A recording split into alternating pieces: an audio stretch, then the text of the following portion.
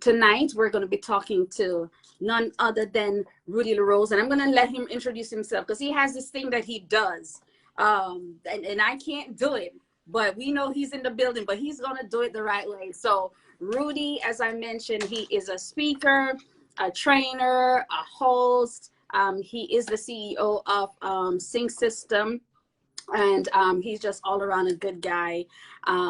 And so tonight you're going to be in for a treat. So Rudy, as I mentioned, we went through it. We're going to talk a little bit about your business. We're going to get into that a little bit because we want to know what drove you to business. What's your biggest why? There's several whys, but what was the biggest why? And then after you tell us about, when you were going to school in Haiti and how they used to bully you on the off the swing, then we talk about business. And then we're going to do some call to actions. So without further ado, I'm going to turn over to the man himself, Rudy LaRose.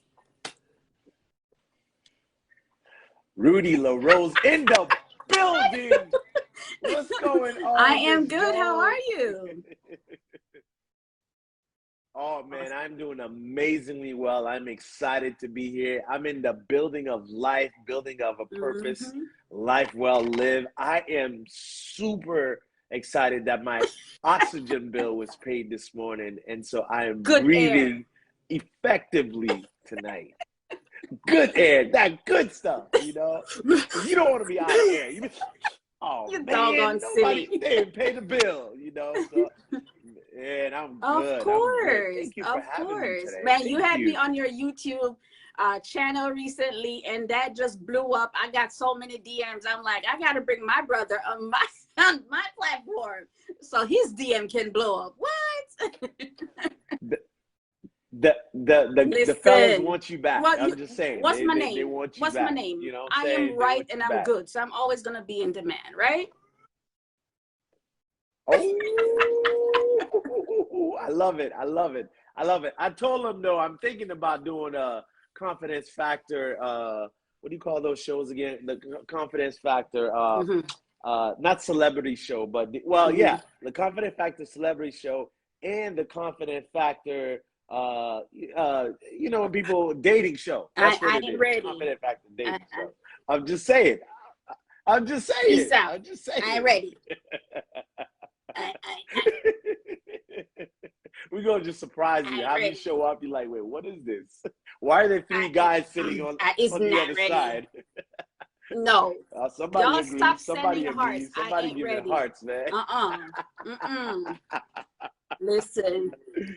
Oh man, it's good to be here. Jesus will have to pick pick the next one himself. Okay. I'm ready. Oh. I'm ready. Praise the Lord. Hallelujah. Yes. But it's good to see you. Man. As you can see, I'm not home. I'm traveling. I'm all over. You're never home. Everywhere's home for you. No matter wherever you sit. The world is home. The world is your home. Thank you, Sandra. Sandra said way too soon. The world is my home. Okay. So that's what we have to do as children of God. We have to place our feet in places and own it, dominate. So that's why I'm glad that you're on today. So Rudy, we are going to get in our chat. I want you to share a little bit about who you are, where you came from. Let the people get to know you, because I often say that we sell more when we story more.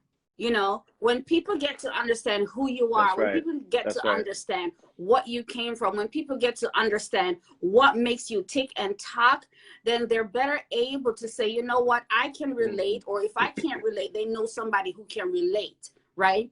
And so it's very easy to get into the psyche of people. As we know in sales, we talk about the area where, you stimulate people where they get enough dopamine to be able to get excited about who you are and what you do. I want you to tell us who Rudy LaRose is. Let the people know what's going on with you, and then talk to us about how you got into business. Absolutely. Well, first I'm going to start with my native tongue and say, Sak passe, tout monde kap gade kounyan, mwele Rudy LaRose. And then I'm going to switch it up. Bonjour, mes amis, je m'appelle Rudy LaRose. And then I'm going to switch it up again. Oye, mi amigos, me llamo Rudy LaRose. Estoy en el edificio hoy. I'm in the building. Such a show off. You know I gotta switch it. Yeah. Such a show off. Well, I'm from one of the poorest countries in the Western Hemisphere, right? They call it Haiti. They call it Haiti, as a matter of fact. And to this day, I think that though we were the first to get out of slavery, though we were the first to revolt slavery back in 1804, but mentally, emotionally, spiritually, we're still enslaved. Because right now, as we speak, the country's in turmoil. But God, right? But God. But God. Abraham said, what if there's one? Just one. What if there's one God that we, if we could just save one? And that's my prayer for Haiti today, is that if there is just but one person that still can make a difference in the country, let that person be known. And so as I was growing up in Haiti, I remember, you know, in middle school, you had all kinds of kids. You had the one who had the hair, you had the one who was the class clown, you had the one who talked a lot, and then you had the one who was just like a likable guy. Everybody liked him. That was me.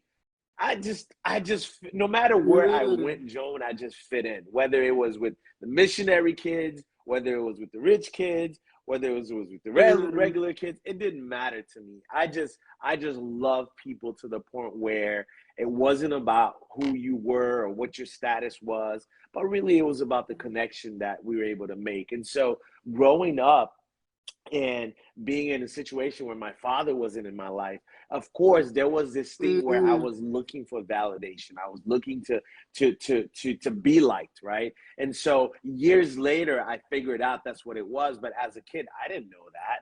I didn't know that watching little Johnny and his parents and his father saying, go Johnny, or go Josh, or go, Sally. I didn't know that that's what I was looking for. I was looking for my goal. That's good. I was looking for my goal.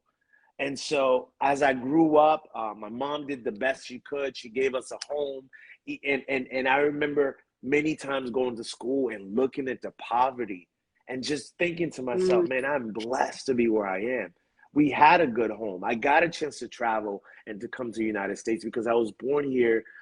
So she had me here, went back to Haiti, grew up in Haiti, and then I came back. So I had a chance to really travel back and forth. And so I went into the military. You were in the US military? Navy, go Navy. Traveled the world. I was in the military. Yes, ma'am. I was stationed on a. Hey. You silly. But you know what? It was the best thing for me because here's the thing. I believe even today, if you have a child who's not quite sure what to do, it's a good thing for them to go into the military because the structure that I found, the camaraderie. I went from a high school of 100 people, okay? My graduating class had 16 people to a ship of about 6,000 people. So guess what? Yeah. I had to learn how to move and how to maneuver really quick in order to get stuff done. So one of the things that I used to do, which leads me to what I do today, is I used to connect with everybody. If you needed somebody in the food services, I knew someone. If you needed somebody in the personnel services, I knew someone. If you need somebody in the barbershop, I knew someone. In the mailroom, I knew somebody. I naturally connected with people to the point where I used to show up there like, LaRose, is that you? And I'm way in the back of the line. They're like, come here for a second. And then they would talk to me as if like they're doing something like, okay, I got you. Just leave it here. When you come back, it'll be done. Literally, that's what would happen all the time. And so, I moved here afterwards when I graduated high school, went to the military, did my time, traveled the world, Dubai, Turkey, Israel, all these amazing places. That's where also my faith got solidified. Because in the military, there's only a couple of things that can happen. You can either hang out with the good crowd or you can hang out with the bad crowd. Because the bad crowd is going to lead you some places. And I didn't want to go to this place. I don't want to know about it. You know what I'm saying? I wanted to go with the crowd that would actually keep me level-headed, keep me on the straight and narrow, as we call it. And so my faith got solidified. I met some great brothers that were in ministry. And we got a chance to really dig down into what it was like to be a man. Because here's the thing. Again, I'm on a ship with 6,000 people. We had both men, mostly men, but we had women too. And trying to see who I could connect with that would be a mentor for me, that would be a sort of guide, someone that I could connect with, someone that I could talk to, was really important for me. So I did that, did my military short, and then came back here and then did like everybody else. What did we do? You got a good job, right? You have to get a good job, okay? You have to make money, get a good job, and be rich. That's not. So Rudy, before you get to the good job, goes, right? I must tell you that the comments are lit up. Sandra said, "Squid on deck, squid squad on deck." She was in the military as well. Lots of people are saying thank you for your service. But you said something very important. And as a matter of fact, I was having the conversation recently with a client of mine, where you said you were looking for your goal. That stuck with me because, and then in looking for your goal, you went into the military and you became that connector of people. To date, you are still the connector of people. Like, it's, you know, I was saying to the person where as a child, however we're socialized, however we are trained, the things that we go through, they become the foundation for who we are as an adult. And so if you're looking for your goal in your childhood, best believe you become an adult and you're still looking for your goal.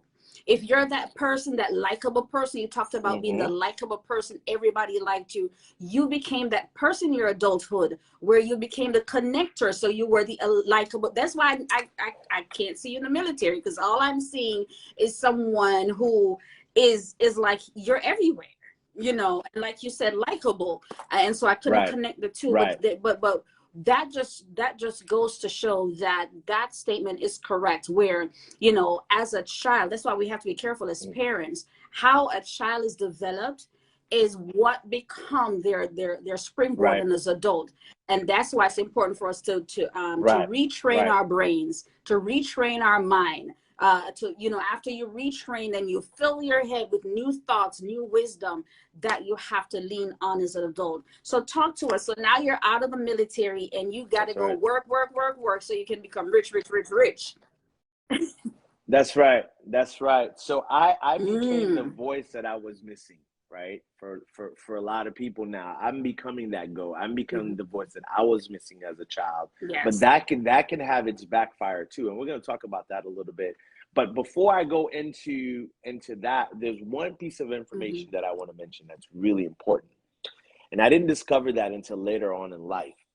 When I was about 12, 13, I used to come here for summer, you know, summer vacation, come here for a few months and then go back to Haiti. Well, here's the thing. Back in the 80s, being Haitian was not cool. Okay? Let me just put that, like you're from where? Like, how did you get here? You don't. Haitian, And you don't sound Haitian. You heard it all, right? You heard it all. And so being Haitian was not cool. So here's the kid that was coming here with an accent. He looks black. He looks like he's Black American. But he sounds different. So you got the Black Americans that are trying to figure out, okay, where is this guy from? Then you got the white Americans that's like, okay, he looks black, but he doesn't sound black because he sounds like me, or he sounds whatever. You sound white. Whatever. Okay. Whatever. Right. And then you got the Haitian saying, that guy, he's Haitian. And so I'm trying to be like, I'm not Haitian. Why? Because it wasn't cool. Because it was, you know, people made fun of you. So imagine the duality that was going on in my mind, trying to, again, fit in, blend in.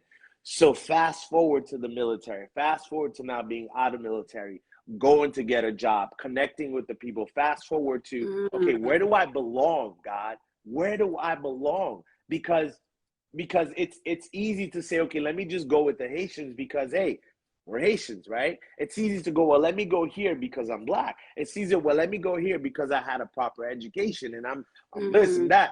But where do I belong? And what I had to figure out real quick, Joan, is that I belong where I am. I belong in my lane, on my road, on my path. Wherever path that God has put me, that's where I needed to be in order to truly identify who I am. And that's been a journey. I'm talking like years and years. That on my couch. Bless the Lord. Right? Oh, my soul.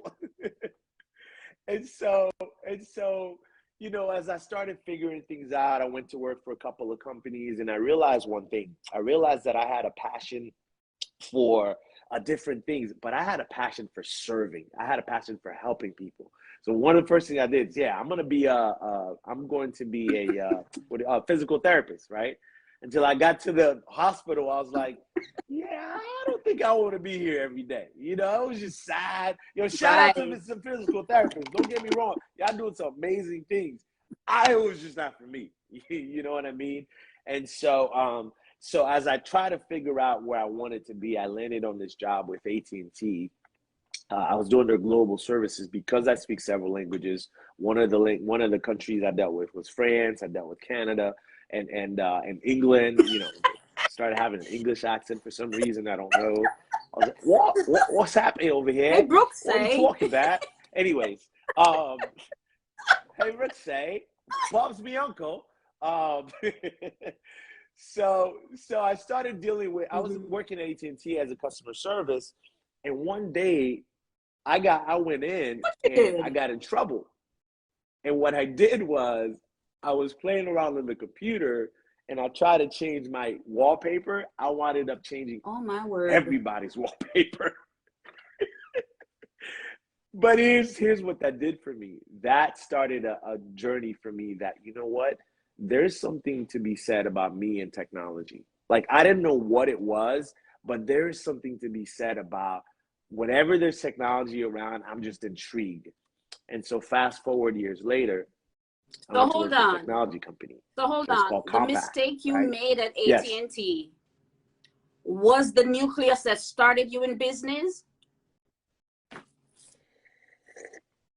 It wasn't a mistake. It was a feedback.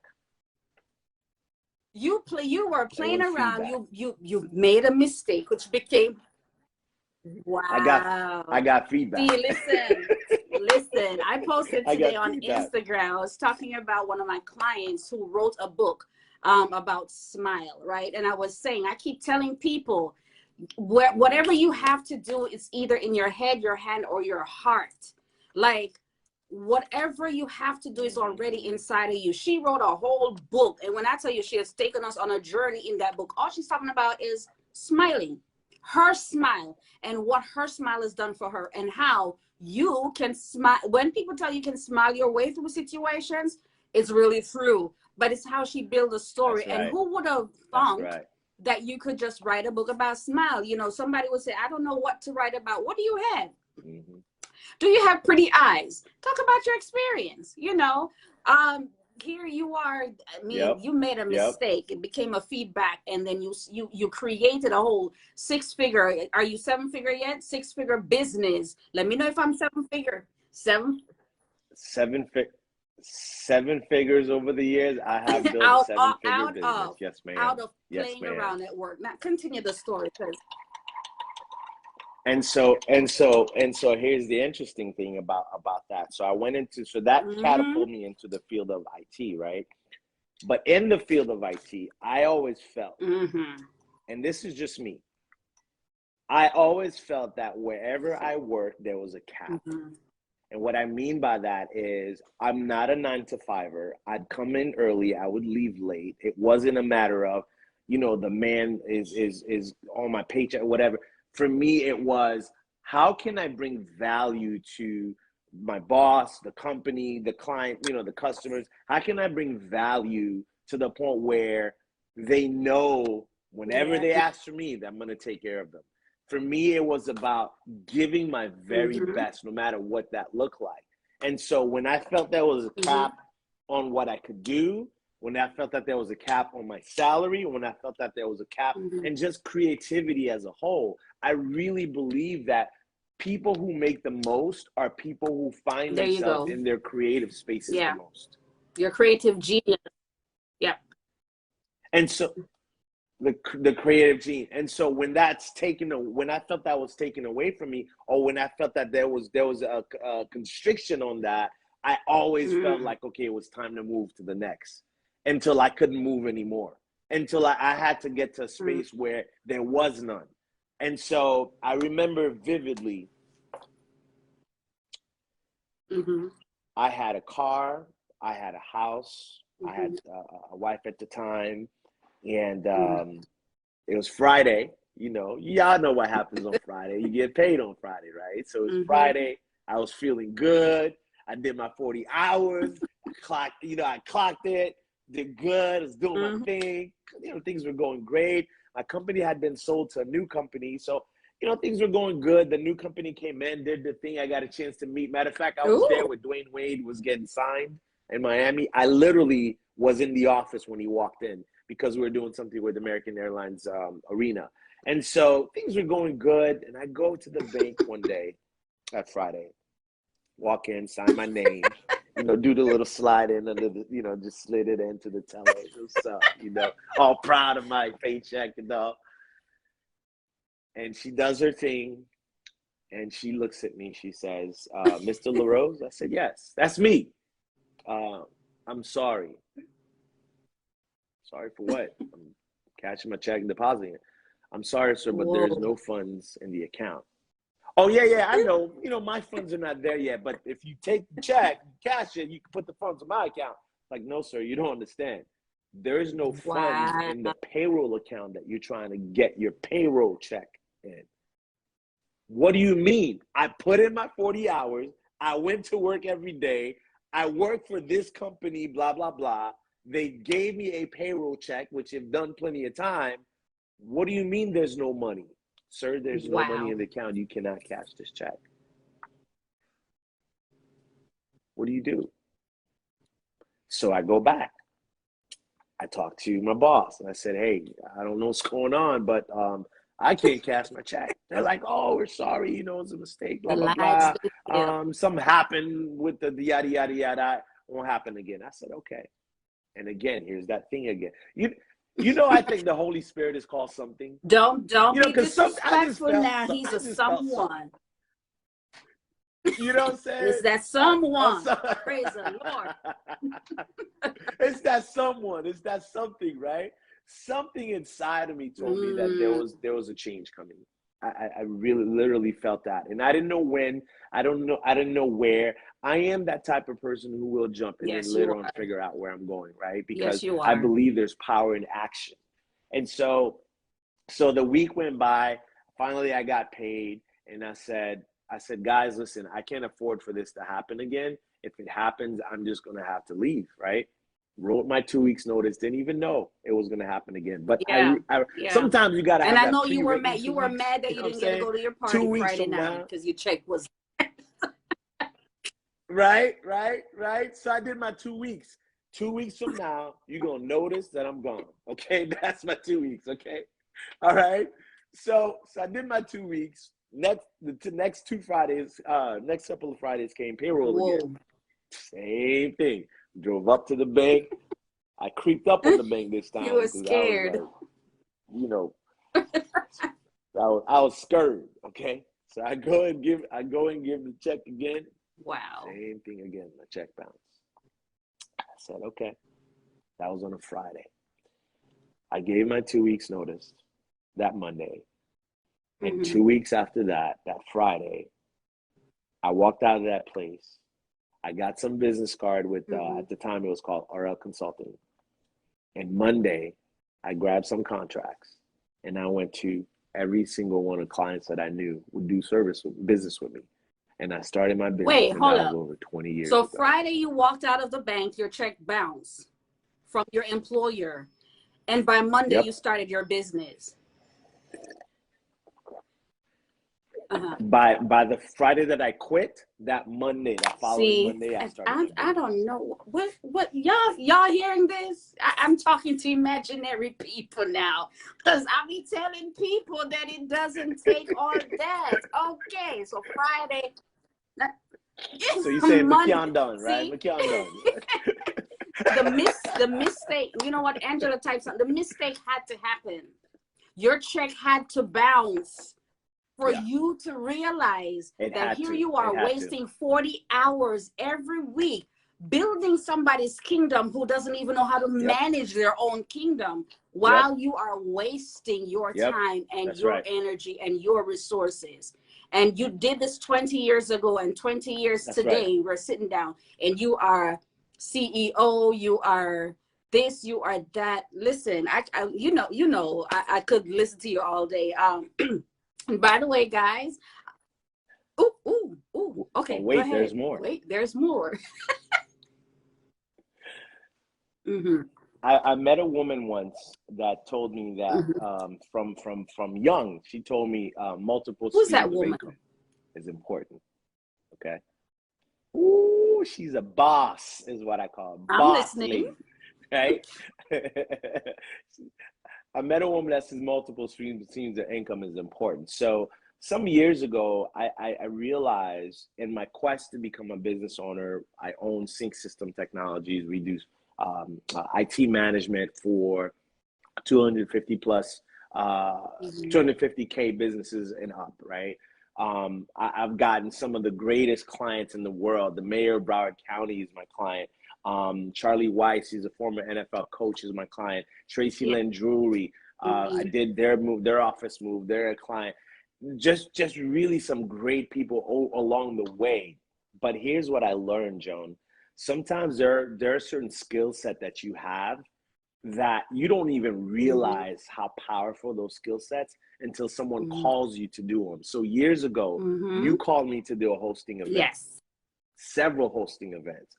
I've had people call me to come in to retreat, over $200,000 retreats, $300,000 seminar that I did last week. Here's my point. There are gifts and talents that are hidden inside of you that if you only give yourself a chance, you will see how those gifts and talents, the knowledge that you have. When people say, let me pick your brain, tell them pick my book instead. If you ain't got no book, they can't pick it. Write a book.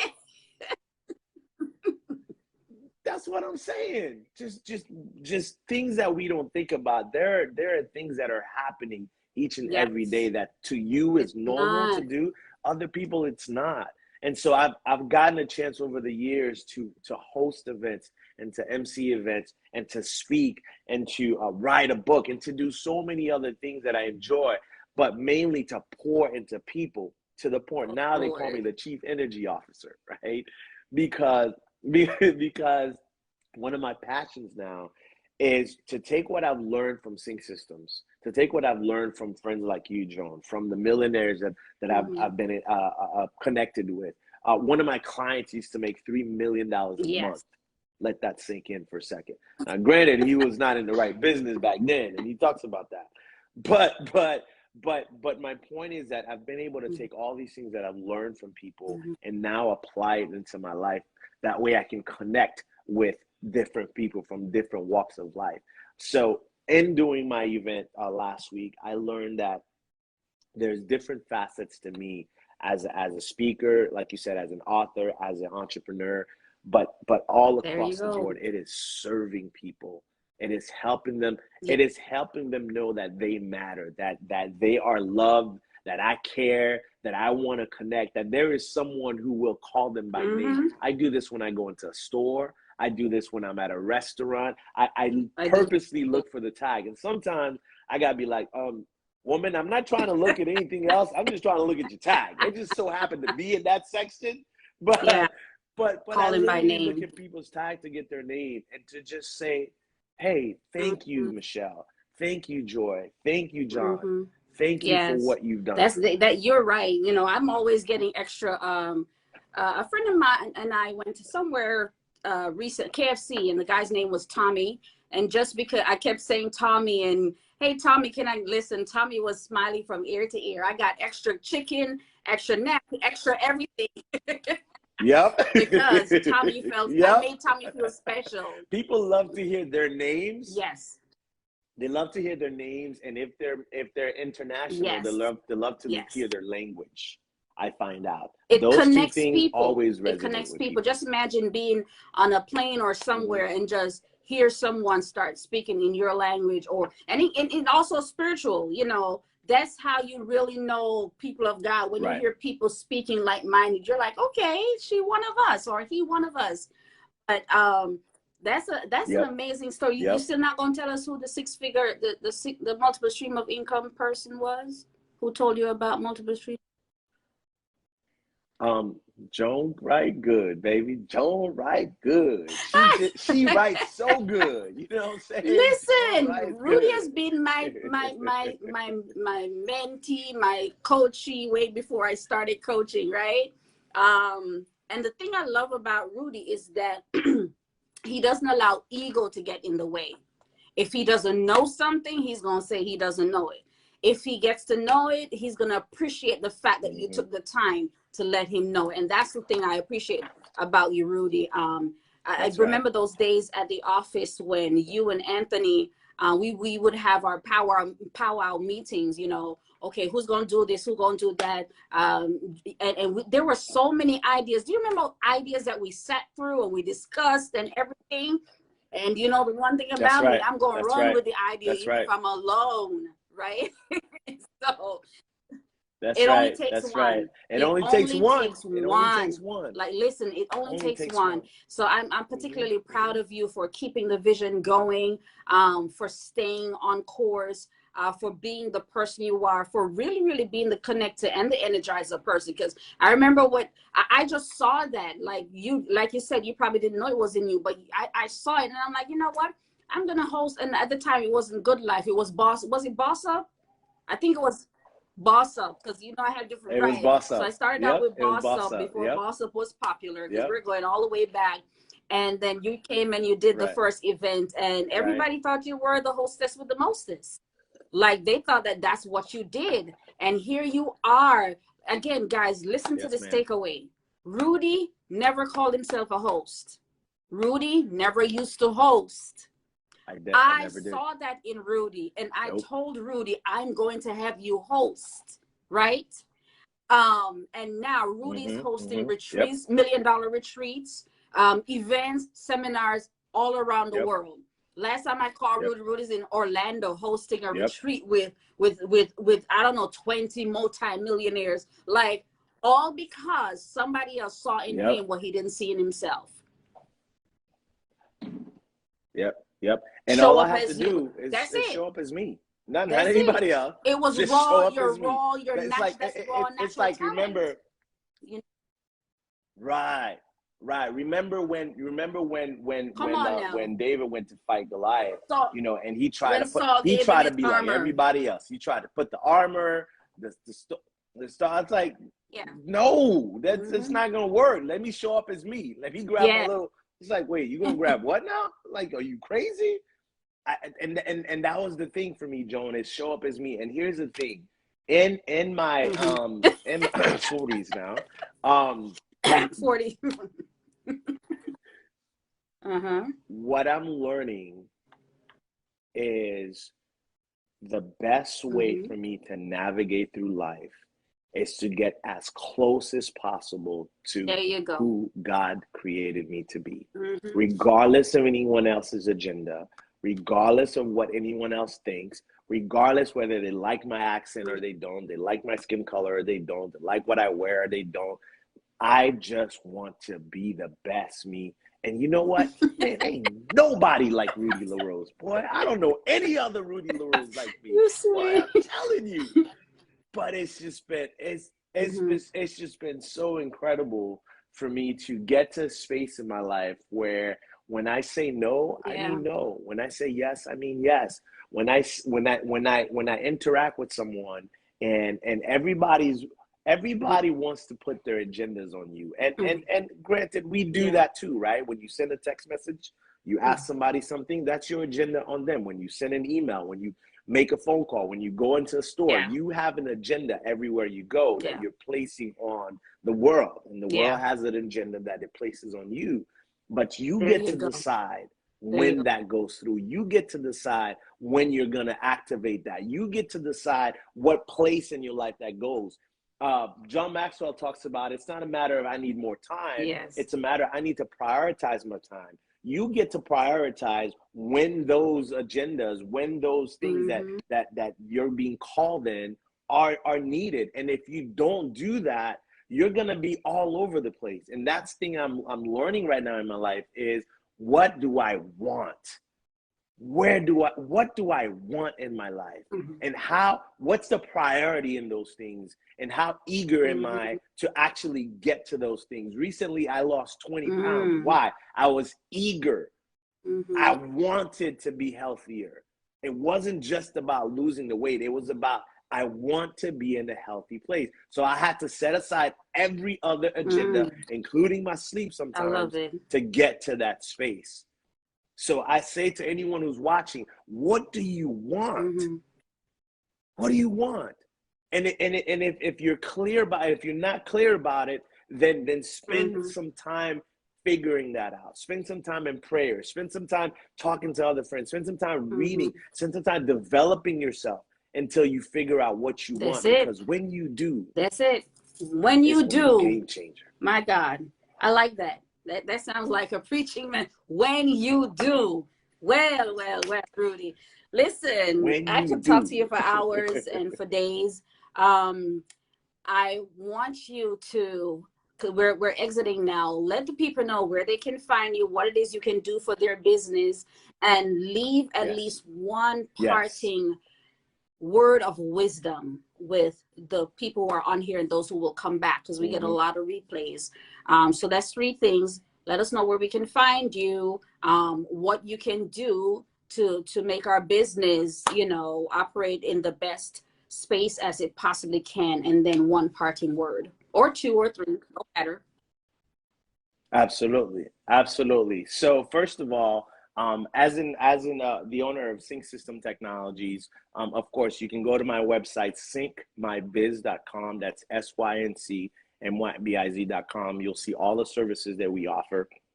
And of course, if you'd like for us to set up a consultation for your business, again, we handle businesses that are 250K and up, that need IT services, that have employees, need us to come in and strategize and help them with different things in their business.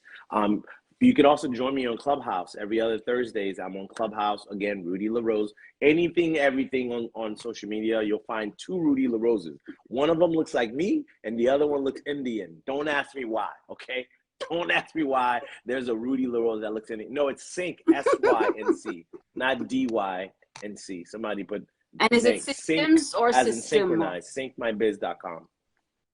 Okay. Sync Systems Technologies is the name of the company, right? And also you can also find me on Rudy at rudylarose.com. Again, RUDYLAROSE, Rudy at rudylarose.com. You can always find me in the building. And here's my parting, Joan. Wherever I go, I talk about being in the building, right? And that's something I developed a little while ago. I don't know why. It was just fun. It was exciting. Rudy LaRose in the building. It's very prophetic. But then I started. It's very prophetic. It means you're showing up as you.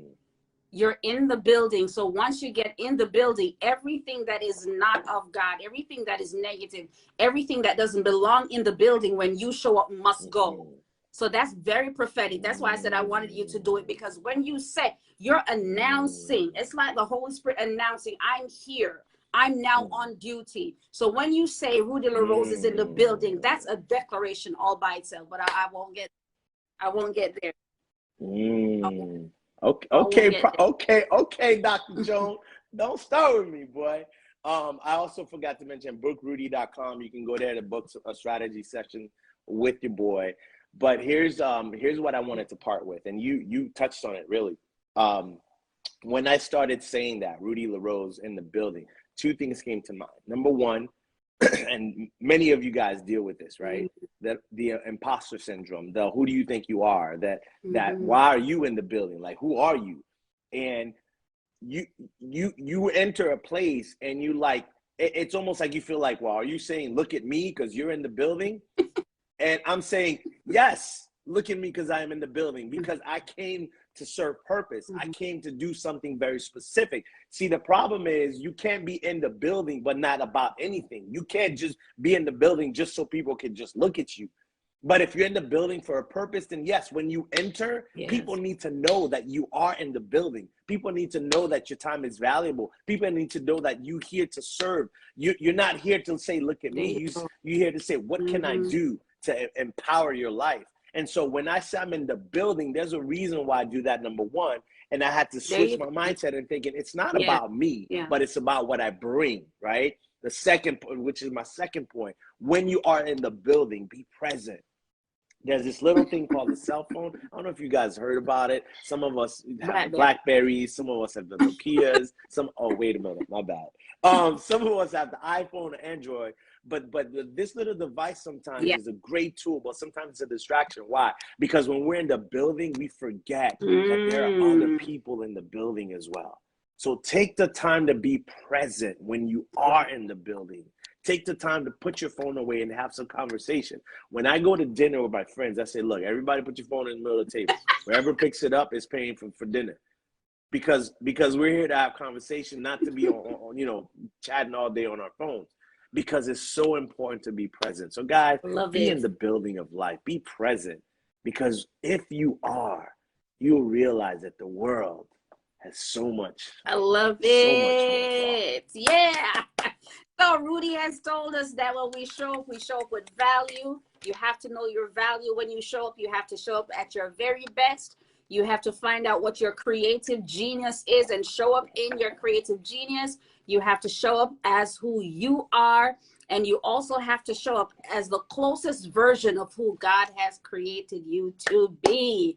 Lord, I love it. Lord, mercy. It's a lot of mercy. That's how the men say it. You're going to put a little in there.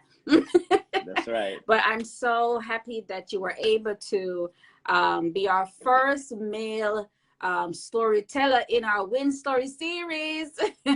And obviously the people loved you. Love you. I see people saying you have a great personality. See lots of stuff going up on the screen, Rudy. So appreciate that. Thank you, everybody. Thank you.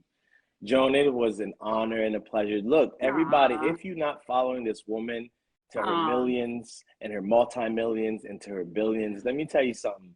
She is going places. As a matter of fact, I repeat that. She is here. She is in the places of kings and queens. She is a queen herself. My brother, you're welcome. I appreciate you. Thank you for your time. Please say hello to my good friend, right? And I appreciate you again, guys. Make sure you go and support Rudy. Go onto Sync System, syncmybiz.com. Go follow him. Look at his Confidence Factor project that he does. He's also an author. So you want to make sure that you purchase his book for the men in your life, brothers, uncles, dads, pastors. Let's support each other. I purposely did not put any Cash App on there because, he's my millionaire friend. He don't need no that, none of that. Right. Just go support his business. Oh, I take cash now. I take cash now. And I'm not going to take it for free, though. I'm going to have to work for it, but I will take it, though. We'll work for free. Nope. Psych. But make sure y'all go follow Rudy. Right. Thank you so much. Thank you, Tammy. Thank you for your Thank you. Love you. World, Talk soon. Well, love you. All right. Okay. Bye-bye.